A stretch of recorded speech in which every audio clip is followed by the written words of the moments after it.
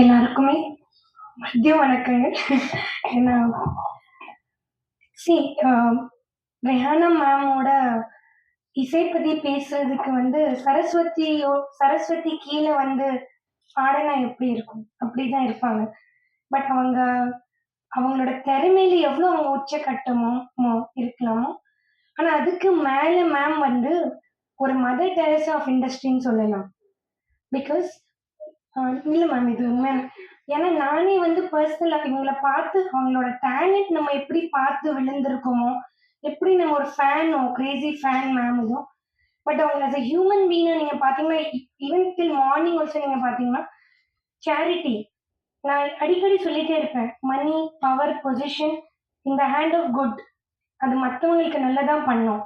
அது ஒரு first and best உதாரணம் வந்து ரெஹானா மேம் தான்.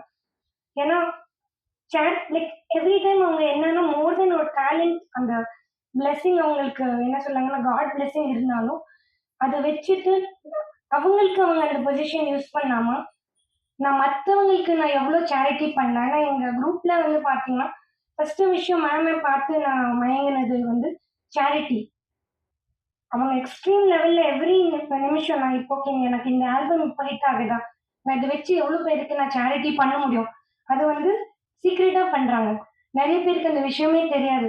அவங்களோட இன்ஸ்பிரேஷன் எங்களுக்கு இண்டஸ்ட்ரியில இப்படி ஒண்ணு வேணும்னு சொன்னாங்கன்னா talent extreme and as a human being ஒரு லேடியா அவங்கள பாக்குறது ரெஹானா மேம் மட்டும் தான். அது அவங்களோட மெக்னானிமிட்டி. எனக்கு இவங்களோட யூனோ இதுல இந்த பாடலோட ஃபர்ஸ்ட் நீங்க ஒரு போர்ஷன்ஸ் பார்த்தீங்கன்னா ஜஸ்ட் கண்ணு மூடி கேளுங்களேன். ஒரு இன்டர்நேஷனல் சிங்கர் வந்து அங்க பண்ணியிருப்பாங்க. அது வந்து இங்கிலீஷ்ல நீங்க இப்படி பாடுவீங்களா? இல்ல. தமிழ்ல கூட நான் இப்படி வந்து பாடுவேன். 2 எக்ஸ்ட்ரீம் நம்ம பார்த்திருப்போம். யாராலயும் இந்த லெவல்ல வந்து பாட முடியாது. The way ma'am has perform it's totally international ஆல்பம்னு சொல்லலாம். அவங்க பெர்ஃபார்மன்ஸ் என்டையர்லி அந்த சாங்கே வந்து தூக்கி குடுத்திருக்கு. The way she has perform everything is from the heart. And இந்த சாங் அகைன் எடுக்கிறதுக்கு காரணம் நிறைய புது டேலண்ட்ஸ்க்கு நம்ம ஒரு வாய்ப்பா இருக்கணும். இட்ஸ் நாட் ஒன்லி அந்த வாய்ப்பா இருக்கணும். ஒரு ஆல்பமும் ஒரு படமும் வந்து பெருசா வரும்போது இண்டஸ்ட்ரிக்கு நிறைய பெனிஃபிட் வருது. நிறைய இப்போ ஒரு படம் வந்து ஹிட் ஆகுதுன்னா ஒரு பெரிய வரும்போது நிறைய வருமானம் நம்மளோட இண்டஸ்ட்ரிக்குள்ள வந்து வருது. ஸோ அதுவும் ஒரு நோக்கம் இருந்திருக்கு. ஸோ டோட்டல் அண்ட் டோட்டல் இதை எடுக்கிறதுக்கு அவங்க இருக்க பொசிஷனுக்கு அவங்க she doesn't have to do anything. But இன்னமும் இது வரைக்குமும் நான் ஓகே ஆஸ் அ ஹியூமன் பீயிங்கா எப்படி உதவி பண்ண முடியும், ஆஸ் அ டேலண்ட்க்கு நான் எப்படி உதவி பண்ண முடியும். இந்த மியூசிக் இண்டஸ்ட்ரி இருக்கட்டும், இல்ல ஆல்பம் இது இருக்கட்டும், ஒரு வேற இடத்துக்கு போகணும்னு இருக்கும். மேம் பத்தி பேசினா பேசிட்டே போகலாம். சுஹாசினி மேம் பத்தி சொல்லணும்.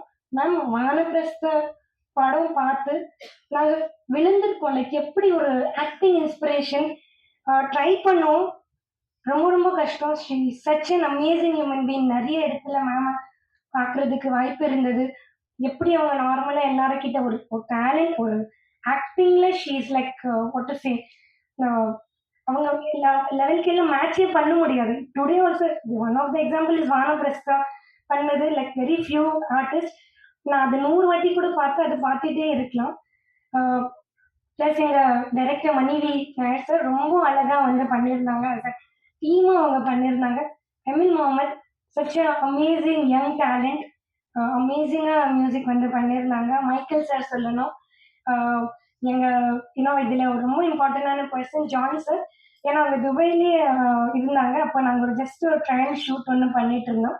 அது ஒரு இன்டர்நேஷனல் வைப் கொடுக்கறதுக்காக. அங்கேருந்து இன்னைக்கு விழா இந்த ஆடியோ ரிலீஸ் வரைக்கும் நிறைய அவங்களோட ஹார்ட் ஒர்க் கொடுத்துருக்காங்க. So thank you so much media people, my press friends. ரொம்ப நீங்க சப்போர்ட் பண்றீங்க. இந்த சாங்கை கூட ப்ரமோட் பண்ணுங்க மேக்ஸிமம். ஐ நோ நீங்க பண்ணுவீங்க. எப்பவுமே லவ் சப்போர்ட் வேணும். தேங்க்யூ.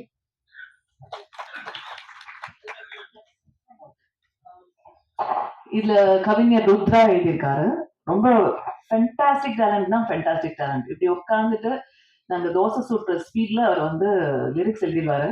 அந்த ஸ்பீட்ல நான் டியூன் போட முடிஞ்சதுன்னா ஐ பி வெரி ஹாப்பி. அதுவும் நாங்க பண்ணியிருக்கோம். நானு, ருத்ரா, எம்எல் 3 பேருமே ஒரு தோசை சுடுற ஸ்பீட்ல ஒரு அதர்ம கதைகள்ல ஒரு சாங் பண்ணியிருக்கோம் நாங்க.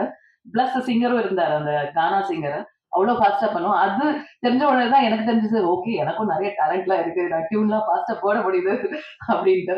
அண்ட் ஆல்சோ ரம்யா, அவங்க தான் இதுல ட்ராக் பாடி எனக்கு அந்த வெஸ்டர்ன் ப்ரொனவுன்சியேஷன் சொல்லி கொடுத்தாங்க.